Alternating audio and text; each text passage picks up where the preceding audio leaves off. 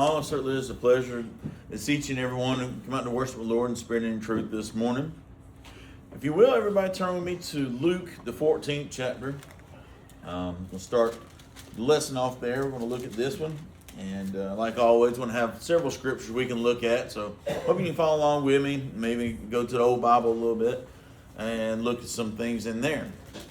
But I give everybody a chance. Turn me to Luke, the 14th chapter. And you go ahead and go to the very back. We'll go to the 28th verse. We'll read there. So in Luke 14, verse 28, it says there, "For which of you intending to build a tower sitteth not down first and counteth the cost, whether he has sufficient to finish it, lest haply after he had laid the foundation and is not able to finish it, all that behold it began to mock him, saying, This man began to build and was not able to finish." Now let's think about this. We, unfortunately, and I hope I'm not talking about anybody here today with this situation, and I'm just bringing it up as an example of what the Bible's saying. Have you ever went and you saw somebody who was building a house or build a building? The foundation's great. It looks like it's going to be built like a big building. You're going to see everything. The ground's being taken care of. You see the siding going up. You see that the interior isn't finished. It's all hollow inside. And as the roof gets built, all of a sudden it just stops. You think, well, what happened to that house? Why didn't they finish it? Why didn't they finish that building? Going to find out that person ran out of money. It made them go a little bit further out than what they expected. And they didn't have enough money to build it. You think, well, what was their planning? Were they not planning on a roof? Were they not planning on the stairs? Why did they put that much money and extra into a basement? Why did they do this? You kind of question. And there's even people that kind of mock them, says, I even knew they weren't going to have enough money for that big of a house they wanted. There's even some people that kind of the opposite direction will get a good job, a well-paying job, and they'll go out and buy a nice house, and they'll have it for a year or two, and then they lose that job, and they don't have anything. Don't have anything to fall back, no savings to keep the house, and they lose the house. It's very unfortunate. It happens from time to time. But what the Bible's telling here is that this person did not prepare for this tower that they were building. Did they not put the money? That because they didn't, they were made fun of. So let's continue on. Let's go down to the 33rd verse. And it says there in Luke 14:33, it says, "So likewise, whosoever he of you that forsaketh not all that he hath, he cannot be my disciple." In other words, when we want to become a member of God's house, when we say, I'm done with sin, I'm tired of sinning, I'm tired of the way I feel, I'm tired of it, I'm making a change, I want my life to become better. I want my spiritual life to be there. I want to feel like I'm something. I want to be to the top. But however, we're not making any plans for it. Or we're not having any future for it, because it's telling us if we're not willing to give up everything, we're not fit to be his disciple. We're not fit to be that. Because to become a member of God's house, we got to be ready to give up everything, not just partial. I think Brother David says it a lot. I think you quoted somebody else. If you're going to be baptized and you're not willing to give up everything and turn your life for the Lord, you're going to go in a dry sinner and come out a wet sinner. There's no really big difference in that. So here, if we're planning, we got to make preparations. We got to make planning in our life for our spiritual life. Yes, we know that we make plans for our physical life. We get our outfits ready for work the next day. We kind of get ready to pay our bills and things like that. But we have a spiritual life. What preparation are we doing it? It's not just to get ready for Sunday morning and then that's it. It's a 24/7 job. We constantly have got to be ready, because the devil's going to hit us at all given times, especially in times we're not ready for it. And you kind of think, well, I'm in fine, Brother Jason. The devil hasn't really tempted me in a while. That may not be a good thing. If the devil's kind of giving up on you and not hitting you with different temptation, we need to kind of look back at our life, because maybe he already has us. We don't even realize it. It's when we leave Satan is when he really is going to come after us. He lost us. He's going to come back after us tenfold. When we make that decision, I am going to do better. I'm going to be a better Christian. And we make that life that I'm going to strive to become better, that's when Satan's getting his fingers even more on us, because he's not going to let us try to get away. We got to make that decision of, am I ready to give up everything for that? Now, our mindset, you have to change it. You can't continue living the same lifestyle. If you're not succeeding in your spiritual life, you cannot keep doing the same things. It's crazy to see that if something's not working, to continue in it. If you look at let's just say, for instance, for hundreds, maybe even thousands of years, men tried to learn how to fly. And I'm not saying with wings like a bird, but some kind of craft of being able to fly. People were taking like a little car that had wheels and had these little wings that flap like this, and they just drove off a mountaintop to see if it would fly. They just rolled to their death.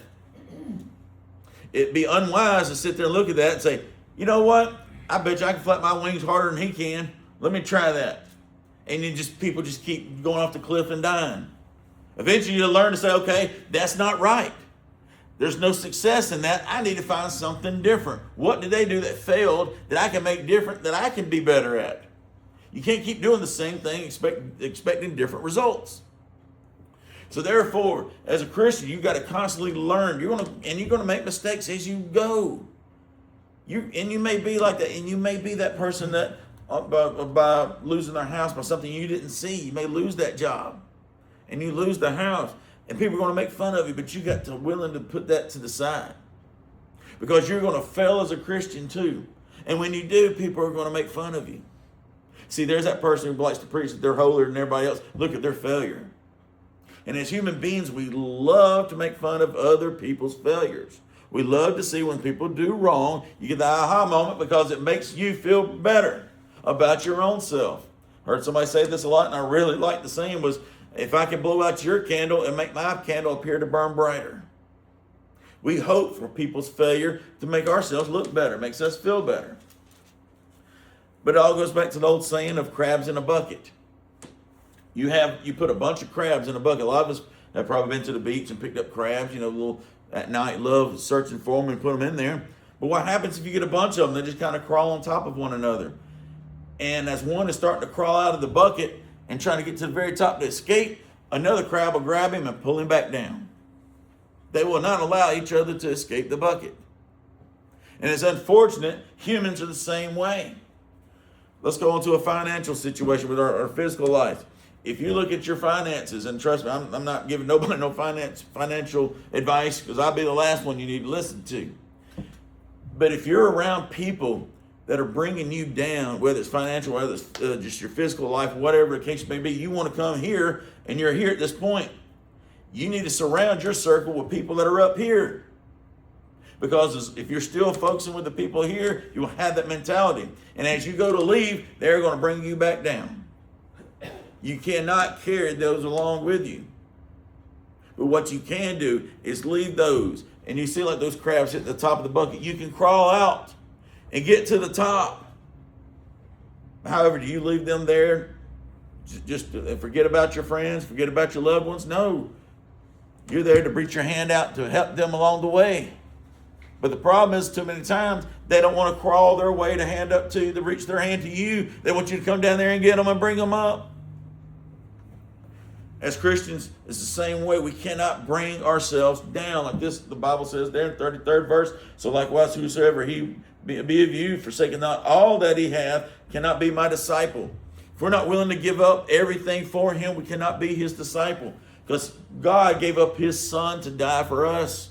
Christ gave up, he robbed himself of his heavenly home to come down to be just like us. He found it not robbery that he was left heaven and come here and become a man and die for us. And he done nothing wrong and sit there and feel that pain and affliction for us. So some things we're going to have to give up because it's not going to do us a bit of good to hold on to. But a lot of times we want to hold on to things. We like making checklists. Well, I can give this up, give this up. Oop, cannot give that up. I can't give this up either. I like having this, but I can give this and this up. We're going to have to learn that it's not so. We're going to have to learn to give up some things, and sometimes it's going to come at a cost. I know Brother David brings that lesson about the little girl with the pearls. How all she could see was the pearls that she loved so much she didn't want to give them up, but what she didn't understand was they were asking her to give up the pearls for better pearls. Now that's just a summary of that story that he tells. But she didn't see that there was a better reward for her. All she saw was what she had to hold on to. And the Lord's just saying, I'm telling you, just give up a little bit of these things that you love in your life. things that you think are so dear, things that you think that are part of you, give them up. In exchange, I have something that you can't even fathom for you in heaven. And we just don't understand that because as our carnal minds, we thinking of, no, this is what I have. I'm holding on to it because I don't know if I can get it back again. We don't want to give up our possessions. We don't want to give up things we worked hard for. You think, I worked hard for this. I don't want to give that up. But he's asking us not to really just to give them up completely, exchange them for something better. And too many times we think that we should just work every hour of the day, every day of the week, so we can get a little bit of money so we can buy bigger things. The problem with that is we can live just fine with the things we need to sustain this life. I'm not saying there's nothing wrong with having good things, but we don't need to just be extravagant and live luxurious to live. We can have just a little bit and succeed through it. It's okay to have good things, but we don't want to bring them to where we put it before the Lord. We're going to exchange those for better things. It's just hard for us to think about that now because we're just that carnal minded. But we got to realize we are going to have to make preparations for it now. Even if we do budgets in our everyday life, we're going to say, well, in case something happens, I'm going to put this in an emergency fund. I'm going to have this much money set aside each week for an emergency fund. Don't know if I need tires. Don't know if something tears up the house. Don't know if we have company coming over and I got to buy extra food. We do these things. Spiritually, we got to do it the same way. We're going to say, I got to have this amount of time to study. This amount of time I can speak to people. This amount of time I can get ready for church. This amount of time I can worship this. Here I can sing. Whatever we will feel like doing, we make preparations for it. And I'm also going to think, okay, there may be a time when I can't read the Bible that day, so got to make it up another day. We make preparations for that. Spiritually, we got to sit there and think, okay, the devil hits me at this corner, I got to be ready. Each and every day, we've got to be ready. But the thing is, we go through the everyday life, we forget about it. We forget to look for Satan at every round corner, look for evil. We forget to look, and all of a sudden it's there, bam, we done fell for it, hook, line, and sinker, and didn't even realize it. And sometimes we think, wow, I didn't even see that coming. There was a time when I was so strong as a Christian, I didn't have to worry about that. That didn't bother me. Now I can see that gets me. Why wasn't ready? A lot of times because we get an everyday rush of life. We don't study like we're supposed to. We don't really think about what we read. A lot of times we may read a few things in the Bible, close it, and okay, back to my everyday life. We don't sit there and concentrate on the things we just read or what we learned or what we've talked about, what we learned from other people. We got to let it get there and burn in our mind a little bit.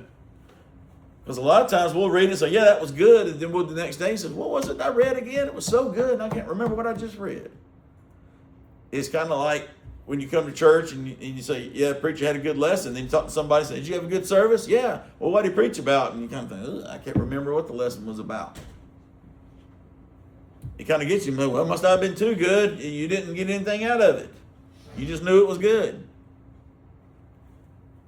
But we got to constantly be ready for it at every corner because Satan is around at every corner. Each and every day, we got to be ready and prepare for him.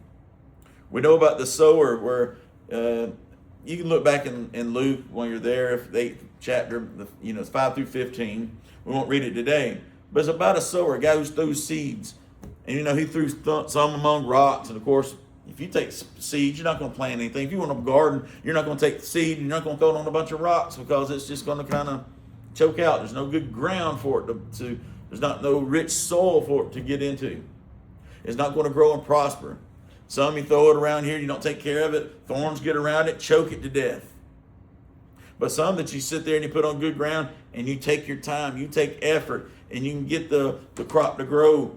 And you put forth the effort, take away the weeds, make sure the other animals aren't eating from it and taking from it when it's weak. You want to make sure it's watched over. And then you can partake of the fruit or whatever is of that particular plant.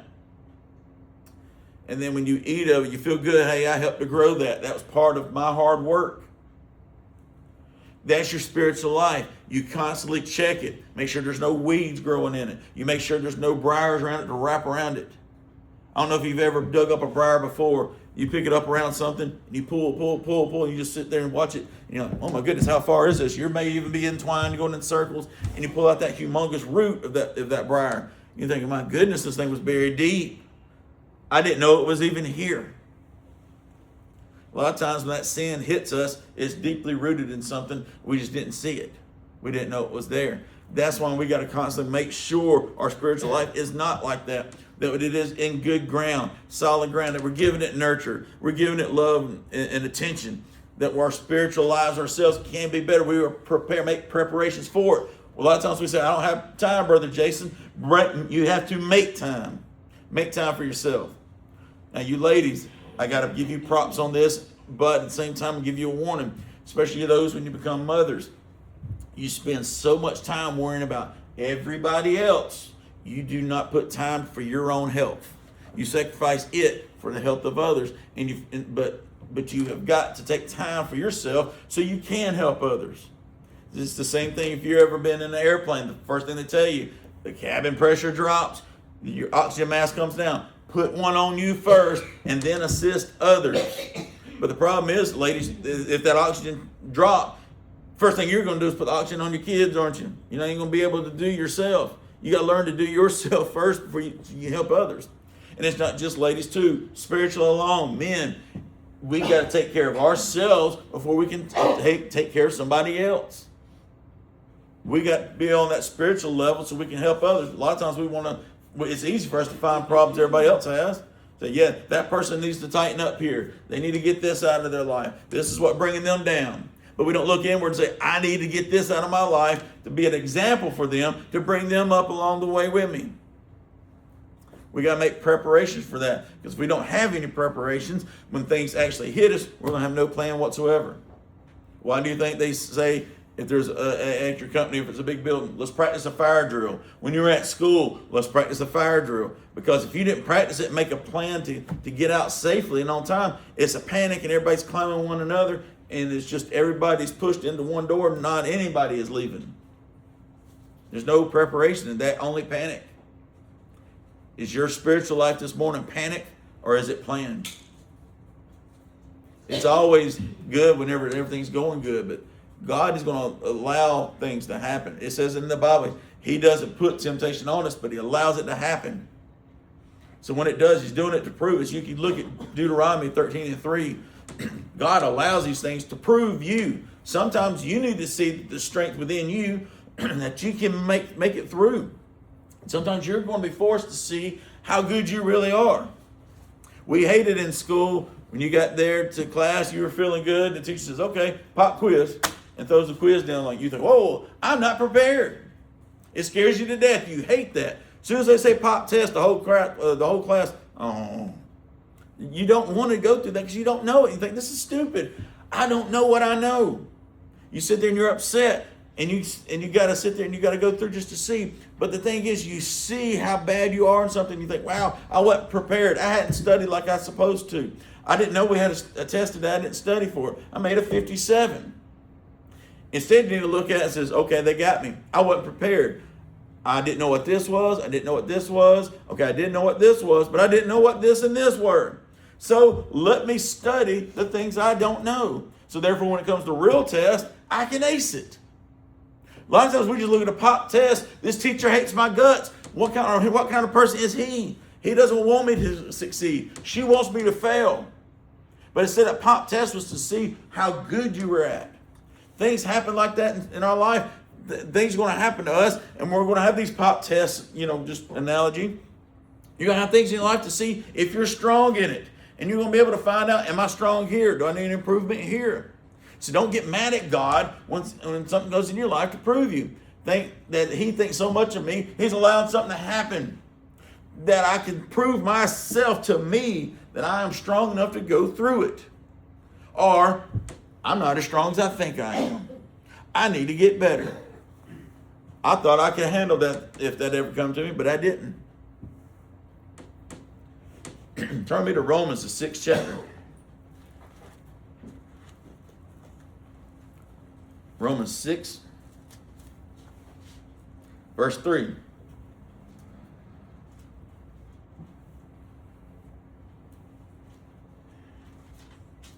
in Romans 6 chapter, in verse 3.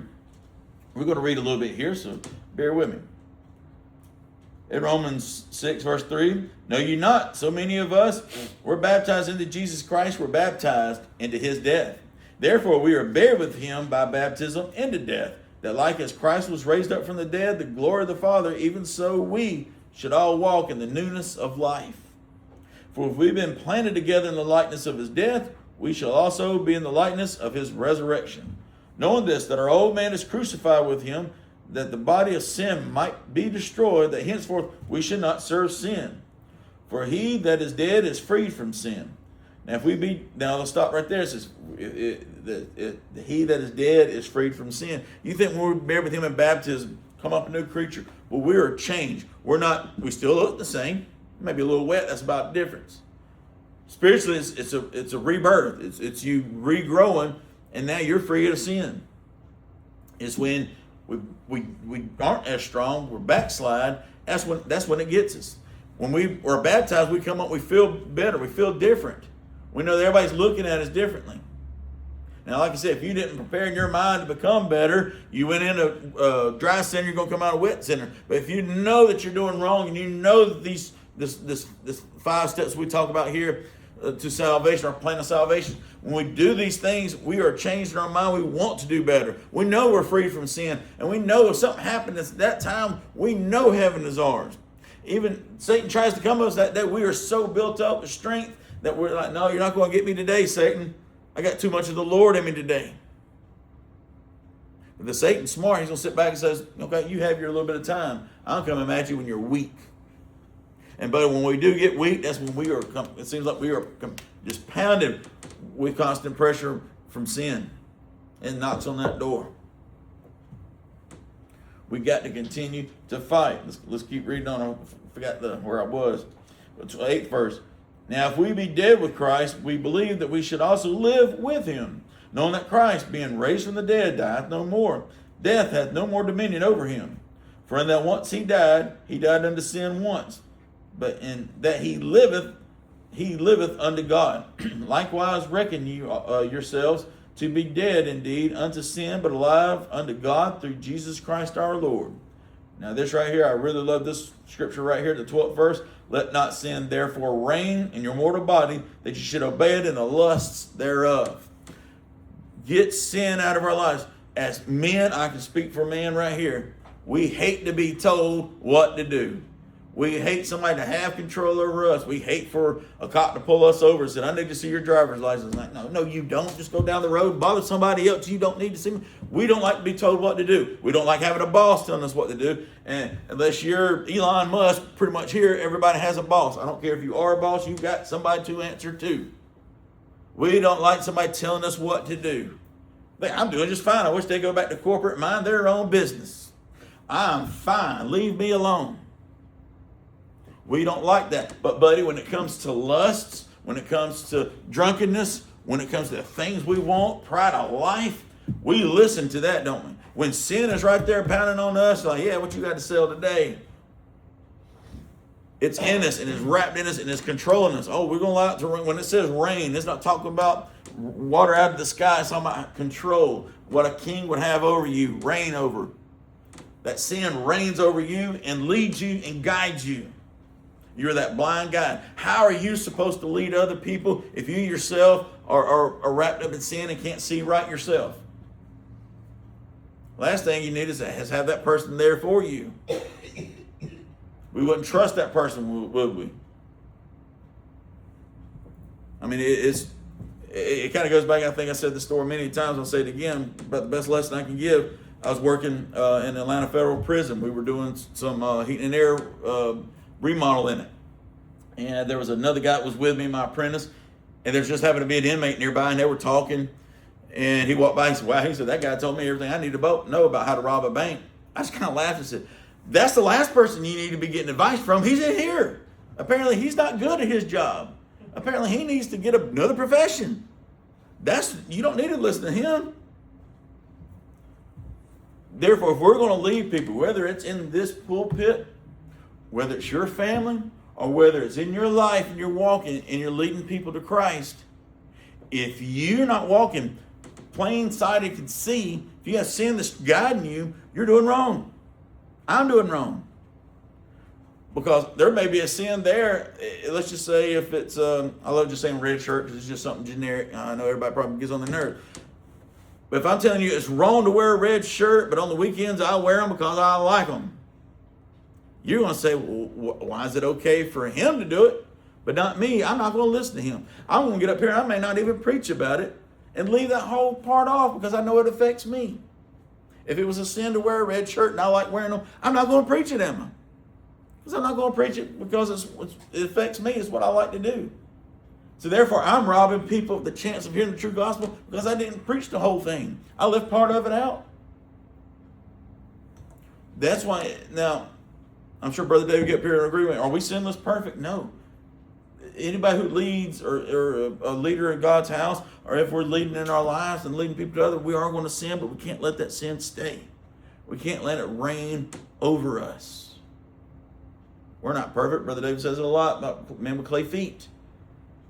The wrong step, we can crumble. We got to continue fighting. And it goes for all of us, not just for a speaker here, but for every one of us. All of us here are ambassadors of Jesus Christ. We wear the name Christ here. So if whatever Brother Ricky, way he acts in everyday life, also affects me, because they're going to judge the whole entire church based on his actions. Being fair, or vice versa. They're going to look at me and see how I act and think that's how Brother Ricky feels. Whether that's fair, whether it's not, that's just what the world does. We got to make sure we walk hard, fight hard, make sure we're walking right. Let's go to Colossians, read a little bit in Colossians, the 3rd chapter. A couple more verses I want to read this morning. Colossians 3.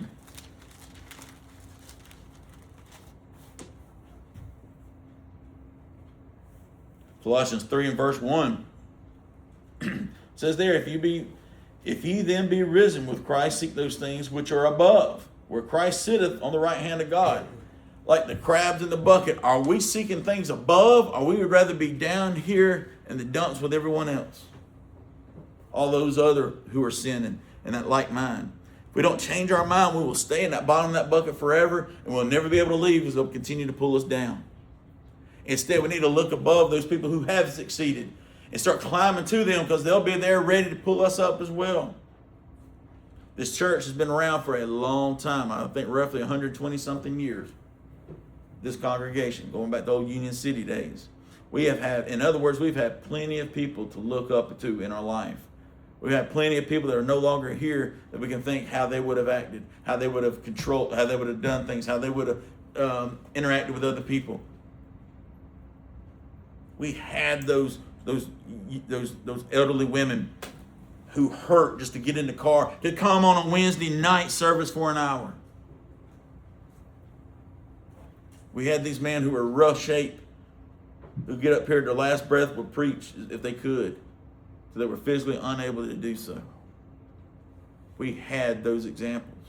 Are we following in those examples, or are we just thinking that, well, that's the right way to do it, I'm going to find my own way around the corner here, I'm sure there's a shortcut somewhere?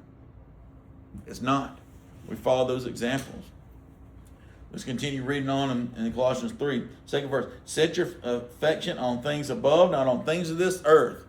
Set our affections, that's what I said. The Lord said, don't give up. You thinking you're giving up everything, but you're just exchanging them for something better. You have that heavenly home. Are we doing it today, getting it ready for our heavenly home? Or are we just kind of upset at the things we're having to get rid of? We're going to be His servant. We're going to be His disciple. We got to be ready to give up all this. But instead of setting our affections on things of the earth that can be burned, it can be taken away from us, set it on heaven where they can't take it away from you. If all your affection is, I'm just going to say a car. If you just love your car, guess what? You can go out the next day and it can be gone. You can be driving down the road, it catch fire. Somebody can hit you head on. And you can say, I don't care, as much as I can fix it, I can bandage it and get it redone. It just don't run right like it used to. And when you lose something that you love like that in life, when somebody just takes it away from you, great is the way you feel it, the discomfort you get, the anxiety you have from it, the total, it almost turns to hatred that somebody would just tear something up of yours and take it away from you. Oh, you're so upset, it just kills your whole life because you set your affections on that thing. We know that the Bible already says these things can be taken away at any time. We should be more concerned on our affections on things above that will not be lost. That we know that when Christ's face comes through the clouds right now, that we are at a good place in our life, that we know that call me up, I'm ready now, Lord. Judge me right now. I am ready. I'm ready. I've been fighting for all these years. I've been telling everybody, preparing for you. I want to hear the words, enter in thy good and faithful servant. I want that heavenly reward. I want to hear about these great men and women that are in the Bible that I can share that home with. I want to hear about my great-great-grandparents I hear so much about that were such good Christians. I want to be there with them. We want to walk that straight and narrow pathway. We want to walk that golden, that street made of gold, in other words. I mean, we want to see that pearly gate. We want to enter into heaven. Don't do the opposite. Don't exchange heaven for things here on this earth, because it only lasts a little bit, and you're not even guaranteed those things. They can be taken away in an instant. Whereas that, our heavenly home, is eternal. Continue on. Third verse. For ye are dead, and your life is hid with Christ in God. Fourth verse. When Christ, who is our life, shall appear, then shall we also appear with him in glory. We forget we're dead to this world. We're in this world, but we are dead to it. When everybody says, oh, just give up on God. God's nothing. He's not here. It's a fairy tale. Here, do this instead so that you can have fun. That's when you say, get behind me. I don't want that. Why? Because we're dead to that. We made that decision. We made that plan that I'm going to be the best Christian I can be. I'm going to follow the Lord for my heavenly home. All this other stuff is dead to me. It's here around me, but I have to put it away. We got a plan to be like that. Because if we don't have any kind of plan, we will fail. You hear so many people that say, we'll go back to like our physical lives, what can affect us. I use money and things like that just because it affects all of us. We can sit there and say, well, if I had a little bit more money, I'd be okay. Well, that's not the case. You can throw all kinds of money at problems, but the problem's always going to be there. You see these people who they win a lottery and get a few millions of dollars. Oh, they're doing good for the first few years, and after a few years, they're broke. And you think, broke? How are you broke? You just won the lottery just a few years ago. It's because their mindset never changed. There's a reason why people are usually broke. Think back in your life as well. I like to eat. I like to buy things, and I like getting stuff I don't really need. I just like the new stuff. I like new clothes. I like spending money on that. I like new shoes. I like new cars. I like new things. You look at your spending habits and you think, yeah, if I didn't buy all that, I probably would have a little bit. Even if you got more money, guess what? You're still going to buy those same things because that's what you're used to. Same way with losing weight. You think if you're overweight, if I could just get this magic pill, tomorrow I lose weight. And you look at people that have these surgeries to lose weight. Yes, it look good for a little while, but what happens? Years later, you see them, they're back in the same situation. Why? Because they didn't change their lifestyle. They didn't plan for it. They didn't, it's kind of like, I kind of think of that like a dog chasing a car. A dog sees a car and he goes running after it, or a squirrel for that matter. You run up to the car or you run up to a squirrel, then what? Or a dog would always chase squirrels. Finally, he caught one, then he was like, oh, what do I do? He didn't know what to do. He finally had the squirrel. He finally just kind of sat there still and it ran off. You chased it for years. Now you finally got him. You don't know what to do. That's the way Christians are. We think, if I had this, finally had this, but are you planning on that? Are you ready for that? Same with these people that are losing weight. If they don't make plans to say, okay, I lost all this weight, how can I keep it off? It's just, hey, I look good. Let me get all that other junk that I'm not supposed to eat. I want to try it now. Because you don't make any changes in your life, you're going to go back to that. Same way with God. We think that God gave up on me. I was a Christian for him and all this X, Y, and Z happened. It's because you didn't change. It's not God. God's the same in the beginning to the end. He hadn't changed. It's humans. It's us. We're the problems. When we realize we're the problems, that it's us that are creating it, that are us that needs to fix it, that's when we can become better. But we got to break ourselves down first. In Colossians 3, let's look at 17, read a bit there. And it says there, and whatsoever you do, in word or deed, do all in the name of the Lord Jesus, giving thanks to God and Father by him. Wives, submit yourself unto your husband as is fitting to the Lord. Husbands, love your wives and be not bitter against them. Children, obey your parents in all things, for this is well pleasing unto the Lord. Fathers, provoke not your children to anger, lest they be discouraged. Servants, obey in all things your masters according to the flesh, not with eye service as men pleasers, but in singleness of heart, fearing God. And whatsoever ye do, do it heartily as to the Lord and not unto men. Well, there's 19 lessons right there, what I just read. But how many of us are not even giving heartily to God? We're just doing it to men. We're seeking the pleasures. We're seeking the approval of mankind.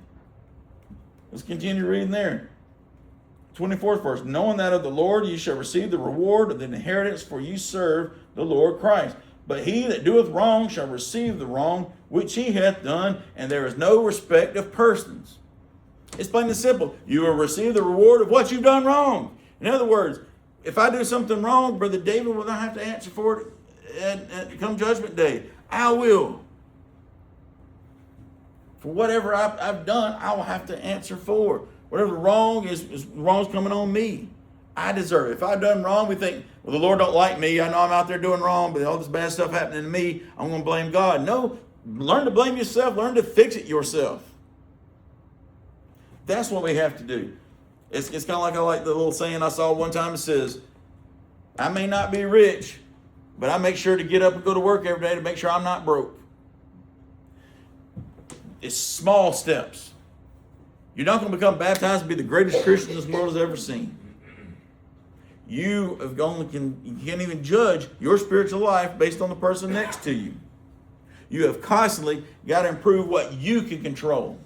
You can't have anxiety over everything else that you can't control. First, you got to worry about the things you can control, and you got to start small and work your way up.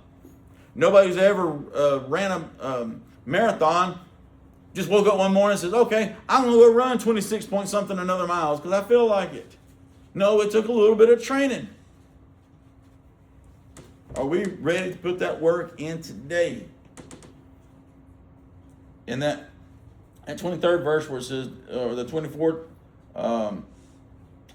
23, where it says, whatsoever you do, do it heartily as unto the Lord, not unto man. Think about all the times we're doing stuff just to please someone else or to make ourselves look good in front of somebody else. But when it comes to the Lord, it's just whatever. I'm not putting my best foot forward. I'd rather please this other person. I'd rather fool them. Like a good old fake book, I call it. You know, you put all your highlights on there. You don't put all the low stuff in your life. All that people see is the greats that you have done.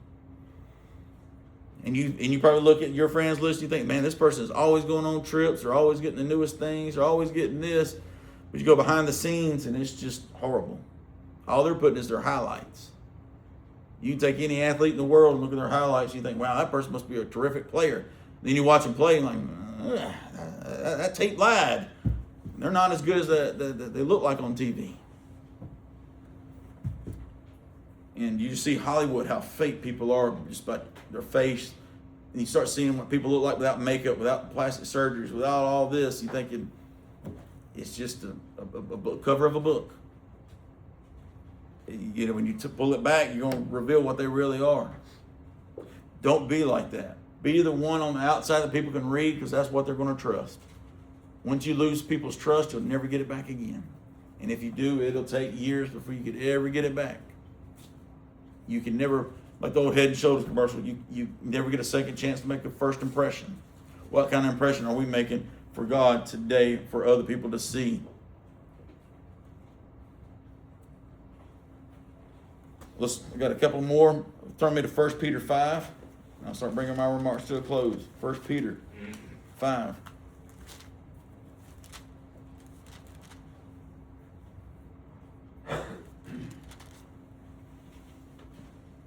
First Peter 5, verse 6.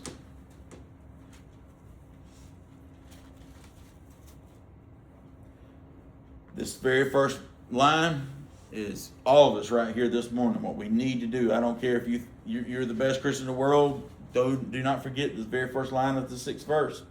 Humble yourselves, therefore, under the mighty hand of God, that he may exalt you in due time, casting all your care upon him, for he careth for you. Be sober, be vigilant, because your adversary, the devil, as a roaring lion, walketh about, seeking whom he may devour. Humble yourselves always, because he's going to bring you up in due time. But if you're already high and mighty, you're better than everybody else, how's he going to bring you up if you're already there? Now, how many people do you know in this world has always done whatever you're going through, has already experienced it, has always done it better? Their path is always right. They've never been wrong. Is whatever you do, you can say, oh man, I climbed a mountain the other day and it only took me 10 minutes to climb that mountain. I done it in 9:3 one day. Ain't nothing to it. Anything, wow, I made $100 the other day. That's nothing. I made $200. See, everybody you know has always done something better. It's like no matter what you've done, they've always done it. It was always the joke with Oprah Winfrey. Everything, you know, you could be like, I served 2 tours in Vietnam. I served 7. You know, that's the way she was. She was always better than you, whatever she said it, and she didn't even realize that's how she was. There's people like that have no idea that's the way they are. They're so exalted that there's no way they can ever be brought back up because they're already way over the mountaintop. But sometimes we need to eat that humble pie to bring yourselves down, because there's always a chance we're going to be humbled and we don't realize it. Casting all of our care upon him, for he cares for you. How many times we ever say well, I used to give my care to somebody, to the wrong person, for somebody that didn't care for me. I put all my heart, energy, and love on one person, and they weren't giving it back to me. We think back at that person, we think, man, all the stuff I've wasted. But the Lord, who we don't put all that stuff on, is telling us right there that he is ready for it. He wants us to give over all those cares, all those burdens, because he cares for us. Many times, we don't do it. And that 8th verse is, be sober, be vigilant, because the devil, as a roaring lion, is walking around seeking who he can devour. Have you ever seen somebody who's on something, whether it's on drugs, on whatever kind of thing, or drunk, or whatever their case may be, they are impaired. You ever seen them walk? Oh, everybody thinks it's funny. I'm one of those, I'm sorry, I'm not patting myself on the back. I don't think it's funny. I can't stand somebody just walking around, don't know what they're doing. They can't even control their bodily functions. They're just out there in the parking lot using the bathroom on themselves. Went in one time to a Waffle House and seen a guy who was just in the chair, just couldn't even sit up. He done used the bathroom all on himself. That looks like a great time, buddy. It looks like you're enjoying it. You don't think that's when the devil's not coming for you? You ever seen a lion kill anything on National Geographic, on TV, on A&E or anything? Does he go for the biggest zebra or the biggest whatever animal that pack? No, he's looking at the one by itself. It's got the limp leg that's walking around and cannot run away. He goes, oh, there's lunch. I'm devouring that one. It's hard enough to be a Christian with the devil on us, let alone us being impaired. That's why we're to be sober-minded constantly. So the devil's going to hit us. He's not going to wait when we're at our strength. He's going to wait when we're at our weakness. That's when he hits us. That's why it's telling us to do that, to be sober, to watch. So while we are not devoured. Notice those words didn't say, oh, you wasn't hurt, or he just didn't nick you. No, he devoured. Took you all. One scripture bring remarks to close, like Matthew 4. Turn me to Matthew 4 chapter.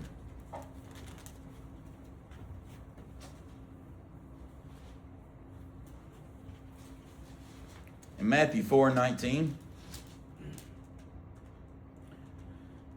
says there, and he saith unto them, follow me, I will make you fishers of men. I'm backing up just a little bit. He goes up, this is when he calls, I believe it was Peter and Andrew. He goes to them and said, we're just fishers, we're fishermen. And he told them, drop your nets. Leave them there. Leave everything behind. I know it's your dad who you're working for. I believe it's working for their father, if I'm not mistaken. Leave everything that you have done and follow me. You're used to catching fish. You used to be fishermen for fish. I'm going to make you fishers of men. You're going to change the world in ways and save more people than you'll ever know. We have these examples of them spreading the gospel all around the world. And it just continued on. If it wasn't for the likes of these apostles, the word of Christ would have never been over here to us in the United States. If they failed, the word would have never been traveled through the world for everybody to learn of Jesus Christ. because Jesus was not there anymore. It was up to men to do it. Now it's passed on to all of us, men and women of the church. If we don't get out and spread the gospel, we don't become fishermen of men, the word stops. The memory of Christ is gone. It dies with us. We preach the word to help others along the way, not to boast ourselves up how great we are, but to bring people to Him. If we're not doing that, make a plan for it. Be ready. If not, we're going to be like that one who set to build a tower and didn't have enough money to finish it, and we were mocked for it. We don't want that. We want to have the grandest of towers that everybody can see that they can come to and enjoy. Let our lights be a shine for others to see. Let our lives be an example for others and for years to come. So I enjoyed your kind attention as always. If there's something I said that was wrong, please come to me and show me where I was wrong, that way I can preach what's only that's right. But if it is, thus saith the Lord, let us add it to our everyday life. If we want to become a member of God's house, we had the plan of salvation right here, the 5 steps. We're to hear this word. We're to believe this word. We're to repent of our past life, make that sweet confession. I believe that Jesus is the Son of God and that we're buried with Him in baptism for the remission of sins. We're not baptized to show a public affection. Nowhere in the Bible does it say that. We're baptized for the forgiveness of sins, for the remission of sins. You find that in Acts 2 and 38. And in Acts 2 and 47 it says, God added to the church daily. He adds us to His church. We don't baptize to join the church. We are added to the church. But does that mean that we're continue saved eternally? No, we'll backslide. We'll become weak. Maybe we lose our plan. Maybe we fall away from our plan. One of my favorite lines was from Mike Tyson. I know you think that's crazy. You mean Mike Tyson was full of wisdom? But yeah, he said, every man has a plan until they get punched in the mouth. And that's true. We all have a plan until you get punched one time, and that plan then goes out the door. Stick to your plan. But if you don't let that sin reign in your mortal body. Don't let it control you. Get it out of your life by repenting of those things you've done, confess before man, and have prayer. The Lord's willing and just to forgive. If anyone need to call Him, would you come as we stand and sing this related song?